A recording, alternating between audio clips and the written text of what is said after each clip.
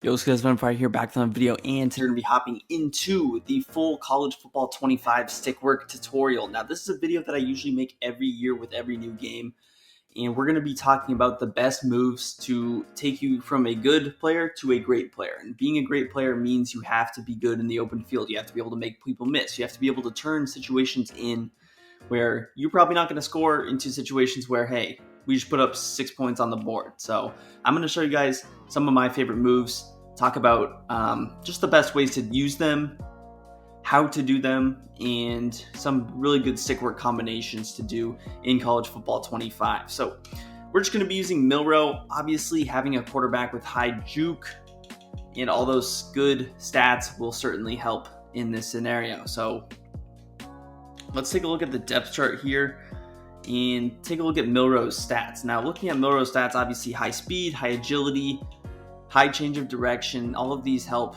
Good spin, good juke. 88 juke, 91 spin. So having just all those stats will certainly help. Now, we're just going to come out in a QB run, and we'll talk about some of the moves. Now, I'm just going to first talk about how to actually do some of the moves. So if you don't know, just flicking the right stick is going to be your juke move. So flicking the right stick in the left or right direction. If you flick it up, it's going to be a truck. If you flick it back, it's a little back juke. So you have just these different ways, different moves with the right stick. So again, you have truck. And again, juke left and right and back juke down. Now, obviously those moves, did they look that special? No. There's going to be certain moves that are better. Certain ones I would tell you to honestly stay away from, but that's going to be kind of your first set of moves. And then you have the spin move, which is going to be B. And with B, that's going to be the spin. Now again, there are different types of spins, jukes, and trucks, and we will talk about those in a bit. Hurdle is going to be Y. Now hurdle this year, not really that great. You can't really jurtle, so they kind of made it a little bit worse, but it is there. Now, let's talk about some of the different ways. I mentioned that you could have like 3 different jukes. How do you do the different jukes? So the first juke is going to be, let's say we're not holding anything, we just juke without holding the sprint button, which would be the right trigger or the left trigger. That's that one. Here we have holding right trigger. This is going to be your best one. Look at how fast that one is. And here we have right and left trigger, or just the left trigger. You can see it's a little bit slower. I'm going to try and get going frontwards. This is going to be the left trigger one. Now he's a little bit out of stamina, but you can see it's maybe a little bit better than the default one, but honestly, you can see the speed difference. The best one is going to be that right trigger one. Now, let's go into the spin moves. With the spin moves, you have default, you have the right trigger, which again, just look at the speed difference, and then you have the left trigger, which honestly is not a bad one, but you can see the separation is not as big. So I would say our best juke and our best spin is going to be the ones who are holding the right trigger. Now this is going to allow you to put them in a combo, but again, let's just talk about the juke real quick. So just being able to go in different directions. Again, all you're doing is holding right trigger and flicking the right stick in the direction that you want to go to. Now you can be going right, juke left, just the different ways to create separation, but overall, that is probably going to be your most used move by far, just this right trigger juke. Now again, certain players may not have them if they don't have a high enough juke. I'm not sure exactly what the threshold is, but you can see you can create some nice combos. Now if you double juke, you get this little double cut. It's not as clean. I wish you could do the first juke twice. Unfortunately, you can't, but this is how to do the double juke. And all you do is just juke one way, keep your finger on the stick, and then just juke the opposite way. So we go right, left. Now if you go up like that or accidentally spin the stick, that's where you get the juke spin, which we will talk about later. But that is going to be the double juke. Again, something like this. This is a good little combo, especially if he's going to overcommit. Maybe he's playing the juke. You can actually cut him back. This is a really good way to cut directions as well. Like let's say I'm running the outside, I want to cut in. We actually juke out and then we cut back in.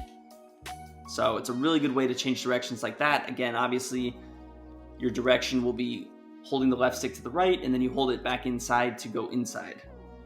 Same thing with the right stick. Now let's talk about my favorite combo, which is going to be the juke into the spin. And you're going to do that by holding the right trigger, going out, and then going spin move. So you go out and in. Now obviously you could go in and out. This would be a good strategy. But really you're just going to combo them together. So you're going to first pretty simply do the juke, hold the right trigger, but you notice right before the move is over, you can kind of tell there's a threshold when the move is over. That's when I do it. I don't juke and then spin, because you see how slow that is? You have to do them together. So we juke and then we spin. Look how slow that is. Right at the end of the juke, we press the B button and we spin to the opposite side. And that is going to allow it to combo together. And this is going to be able to get you a lot of separation. If you're ever in a one-on-one situation, this would be the move I would do. Again, you just juke, spin. So what I'm doing is I'm going to juke to the outside, so I'm obviously running in the direction. But to spin in the opposite direction, you just move your left stick to the opposite way. So let's say I'm juking left, and then I want to spin back inside to the right. So we're going to juke left. I'm going to hold my left stick to the right immediately after I juke, and that's going to allow me to spin in the opposite direction. So again, you're going to juke. You're going to hold the left stick in whatever way you're going, probably the outside. So let's say we're going to the outside. You're going to hold the left stick diagonal to the left like this. You juke outside, and then you immediately hold the left stick into the opposite direction of the juke, allowing you to go the different ways. So just overall a nasty move, and this is going to be probably your best bet of most used move that you could possibly do. Now, as far as other things you could maybe do, you can go like slow juke into a fast spin, which is like this. Now, this one is difficult. You go slow juke. You see, even I'm timing it wrong a lot of times, but you slow juke. I'll just go in the end zone. And this would be just the juke without the right trigger. This is kind of a nice move to get like slowed down almost with your player. So we almost like slow it down, and then you can speed it up. Now you see, even my timing is not good. And I'm struggling to do it from the other direction. That was a good one.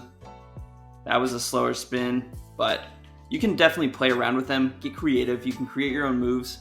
You could do fast juke with slow spin, vice versa. So maybe we go like this. And this is going to be fast juke, and you're holding the left trigger for the quick spin. So again, you're holding right trigger, you let go at the same time as you do your spin, and that is going to give you the faster spin, which is going to be just holding left trigger. So you let go of the right trigger after you make the juke. And again, you still hold that spin in the opposite direction, but that's going to be a little quick. Now you see, you don't get really the separation. When he does it, he just kind of spins forward, but it is really quick, which is nice. So that is a way to get creative. Now let's talk about our last move that we're probably going to go into, and this is going to be the stop and go. Now this is probably the more challenging move on a skill-to-skill basis to actually take care of, and I'll demonstrate. So let's juke through, and this is going to be your stop and go. You just kind of stop, go, stop, go, stop, go. This is really good when you're in the middle of the field, clicked on. Generally, through the traffic, you're not going to want to use the stop and go because the sheds are crazy this year. So like if you hand the ball off, you're not going to want to like stop and go. You need to get through the tackles first. Maybe you juke, spin, and then you can stop. Now, I haven't talked about actually how to do it, but it can be dangerous. Now, you get to the end of the play, you have no stamina. That's probably not the best bet to do it, but you want to kind of do it in the beginning of the play. So you're running, stop, go, stop, go. You can kind of stop, change directions as well. And it's just like this. Now, it's pretty simple to do. It does take a little bit of practice, but overall, I would say it's kind of a simple thing to do. All you do is hold the right trigger, let go of the right trigger, and stop moving the left stick at the same time. Now, you're not going to pull it back, but you just stop. Don't touch it at all. It's going to be better. Now, you can also do these kind of half stops where you don't completely stop, and then you just keep going. And honestly, the stop and go hasn't been bad in the last few years, so I'm not as good as I once was. You can see you can kind of stop, and then if you hold the left trigger, it kind of gets him going a little bit more, which is what I'm doing there. So we stop. Again, we let go of the right trigger, we pull him back, and then we kind of, you can press the left trigger. That's going to give you like a little cut back. So that's something you can do instead of just running.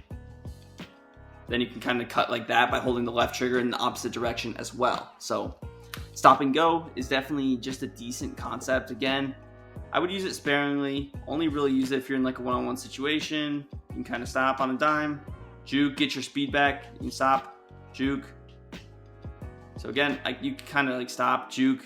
Now, I'm juking just to get my speed up, because when you stop, it kind of slows him down a little bit, obviously. So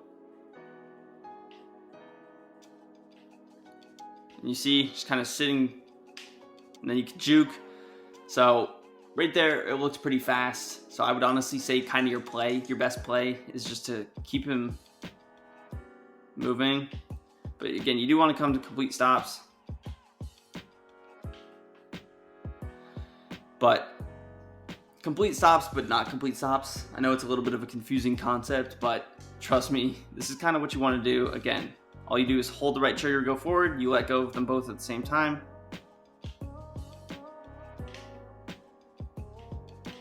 And it's a little bit difficult to kind of tell how it would be used in practice mode, but it can definitely be good in the open field. Like, let's say you're running, there's a bunch of defenders over here, maybe you juke to the outside, get some more space, you stop on a dime, then you juke back, spin, and then you stop, go, stop on a dime. Now again, sometimes you'll mess up.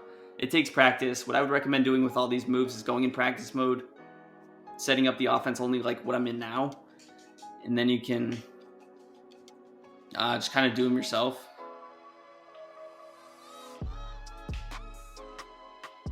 But you can see, it is such a skill gap in this game, and it's something that you really want to take care of. So if you guys did enjoy, you want more videos like this, make sure you hit a big thumbs up, subscribe to the channel down below, and peace. I'm out of here.